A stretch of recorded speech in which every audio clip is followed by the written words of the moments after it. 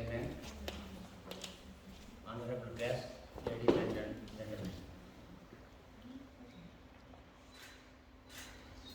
I will not repeat those things which already have stated the learned our panel. Mr. Manir Baloch elaborate all the miseries and also followed by the other speakers.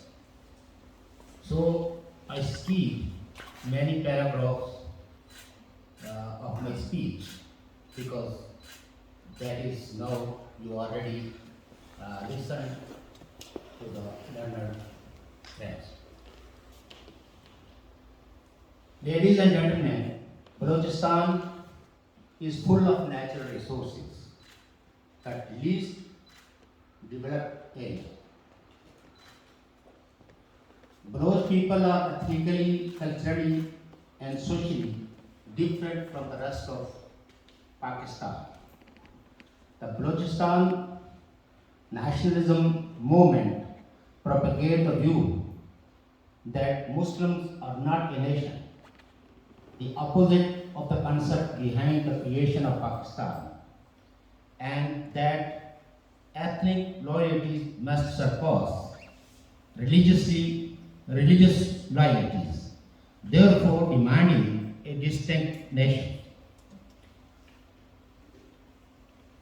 Baloch nationalists have been fighting for their freedom since 1948. As you know, Pakistan came into existence in 1947, and at that time Balochistan was not part and parcel of Pakistan. Like state of Jammu Kashmir also was not part of Pakistan. Both the states, Balochistan and the state of Jammu Kashmir, were princely states. And Balochistan declared their independence and denounced that they will not join Pakistan. But unfortunately, Pakistan sent their army and to capture Balochistan. And since then, the Baloch people are fighting for their freedom, and they think that the Balochistan natural resources were used for the benefit of their own people. But the people are suffering. It is the area where 100 people are enforced disappear, and their loved one demanding their safely release. They launch a protest and sit in different part of Pakistan. Even they long march and ask Pakistani government and establishment at least they should know whereabouts their loved ones. But unfortunately, still then, the day, many people, many Baloch activists and human rights defenders, their whereabouts is still unknown. They are facing solitary confinement in different concentrated centers. Intelligence agencies are involved in their missing, and the Pakistani judiciary, especially the apex courts, is unable to take cognizance against those who involve their kidnapping, their missing. Ladies and gentlemen, according to Amnesty International's annual reports on Pakistan, enforced disappearances continue with impunity. In Balochistan and other part of the country, like Mark Tarabella, Vice Chair of the European Parliament's delegation for relations with the countries of Southeast Asia and ASEAN, also wrote that the EU cannot ignore the dire human rights situation in Balochistan. The main victim of this violence are the people of Balochistan who are being systematically targeted by the paramilitary groups allegedly sponsored by the Pakistani authorities. Extrajudicial killings and enforced disappearances are the most common practice. He wrote in an article in the Parliament magazine. Ladies and gentlemen, the enforced disappearances and extrajudicial killings are also common in Sindh, Pakistani-held Kashmir and Gilgit-Baltistan and other part of Pakistan, and law enforcement forces are acting with impunity. We fear the situation in that region will deteriorate under the National Action Plan and on the pretext of countering terrorism. Pakistan will continue to carry out more extrajudicial killings. Honorable guests